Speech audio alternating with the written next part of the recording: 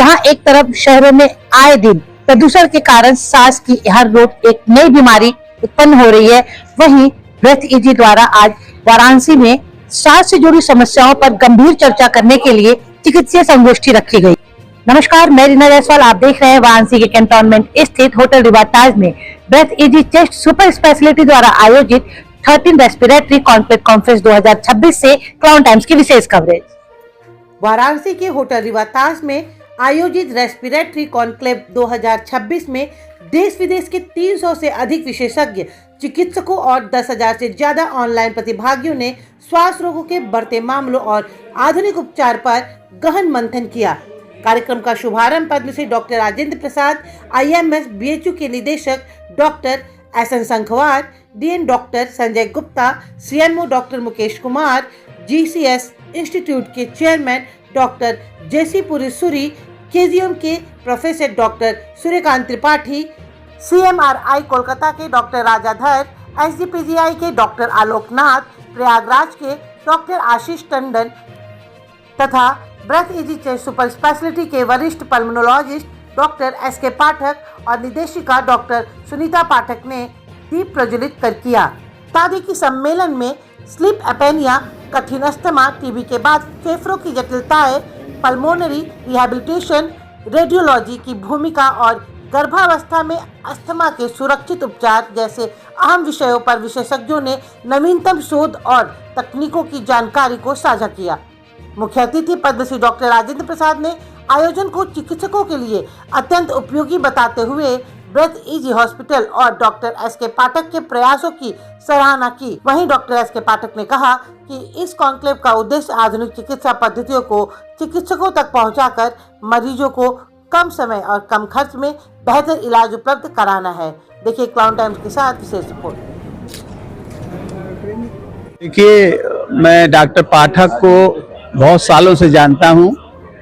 इन्होंने मेरे अंडर में MD किया था बहुत पहले, और अब ये जो बीड़ा उन्होंने उठाया है सांस के रोगियों के लिए, खासकर इस इलाके में सांस के रोगियों की जो लोगों को ज्ञान इलाज बहुत पहले अच्छा नहीं होता था। मैं इनका 13वां कॉन्फ्रेंस में देख रहा हूं। इन्होंने जो बीड़ा उठाया है कि लोगों को जागरूक किया जाए सांस के रोगों के संबंध में। मैं हर साल देखता हूं कि देश के बड़े बड़े जितने भी चेस्ट के डॉक्टर हैं वो उनको यहाँ बुलाते हैं और उनसे बात कराते हैं। तो ये बहुत बड़ा काम है लोगों में जागरूकता लाना, क्योंकि मेरा स्वयं का मानना है कि जो दुनिया को बदल सकती है एजुकेशन। तो ये जो इन्होंने शुरू में करते हैं, प्रेस वार्ता कराते हैं, लोगों को कॉमन जानकारियां दी जाती हैं। ये जानकारी हम तो आपसे रिक्वेस्ट करेंगे प्रेस और सोशल मीडिया के जरिए इसको मैक्सिमम जो है इसको बढ़ाया जाए और जिससे हमारे रोगियों को अल्टीमेटली फायदा मिल सके। डॉक्टर साहब, आज के इस कॉन्फ्रेंस में क्राउन टाइम्स के माध्यम से आप काशी की जनता को सबसे महत्वपूर्ण संदेश क्या देना चाहेंगे जिससे कि वो अपने फेफड़े को स्वस्थ रख सके या हार्ट? देखिए, फेफड़े के स्वस्थ रखने के फेफड़े के 3-4 दुश्मन मैं बताता हूँ। पहला दुश्मन तो किसी तरह का तंबाकू, धूमपान, बीड़ी, सिगरेट, किसी तरह से सिगार, सब बहुत नुकसानदायक है, उसका कोई फायदा नहीं है। तो अगर ये चीजें नहीं शुरू करी हैं, खासकर बच्चे लोगों में कहना चाहता हूँ, यंग एज में, टीन एज में शुरू की जाती है सब चीजें, तो अगर नहीं किया है तो शुरू नहीं करें, और अगर शुरू भी कर लिया, गलती हो गई है, तो जब आप छोड़ देंगे तब आपको फायदा है। तो पहला दुश्मन है। दूसरा दुश्मन मैं कहता हूँ फेफड़े का, जो हमारी माताएं बहनें हैं जो खाना बनाती हैं, कंडा इस्तेमाल करती हैं, लकड़ी इस्तेमाल करती हैं, वो उतना ही खराब है जैसे कि बीड़ी सिगरेट पीना। तो ये है कि अभी आपने देखा मोदी जी को, हमारे यहाँ प्रोग्राम चल रहा उज्ज्वला, जिसके अंदर जो है वो ये बात हो रही है कि भाई आप गैस के चूल्हे का इस्तेमाल करें या गैस का इस्तेमाल करें, उससे कोई इस तरह के नुकसान नहीं होता। तीसरा, लोग बहुत इनएक्टिव रहते हैं। जैसे अभी आपने देखा ना, तो कोई ना कोई रेगुलर एक्सरसाइज, चलना, घूमना, योग करना, जो भी पसंद हो, शरीर को, जब शरीर स्वस्थ रहेगा तो फेफड़े भी स्वस्थ रहेंगे। फेफड़ा कोई शरीर से अलग नहीं है।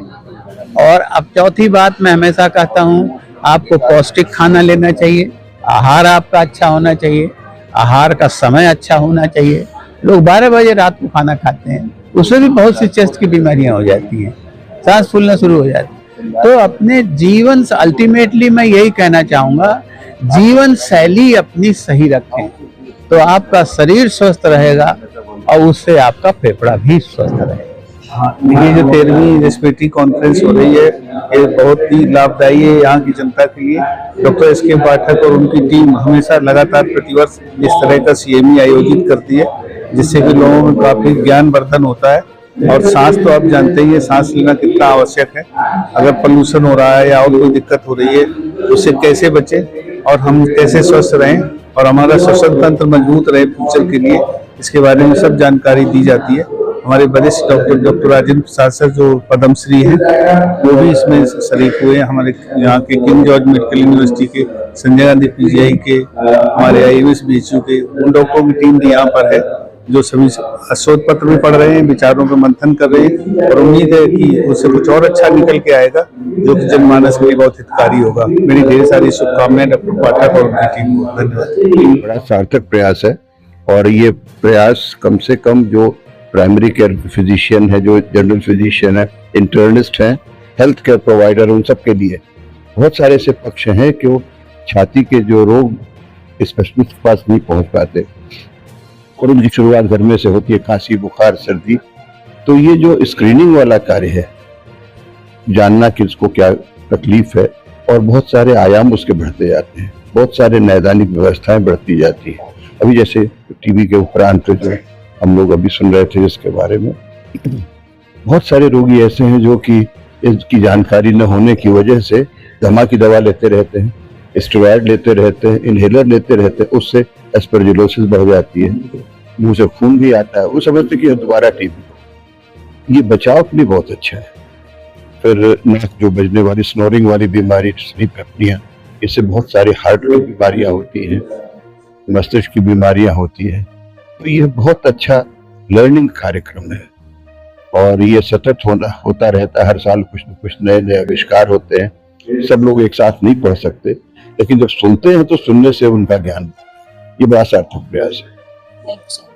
आज की इस रेस्पिरेटरी कॉन्फ्रेंस में किन किन विषयों पे, मतलब सांस की कौन सी गंभीर बीमारियों पे चर्चा हो रही है? बेसिकली एक तो स्लीप एपनिया एक बीमारी है, स्लीप एपनिया पे एक डिस्कशन हो रहा है। बाकी एस्मा इन प्रेगनेंसी पे डिस्कशन है।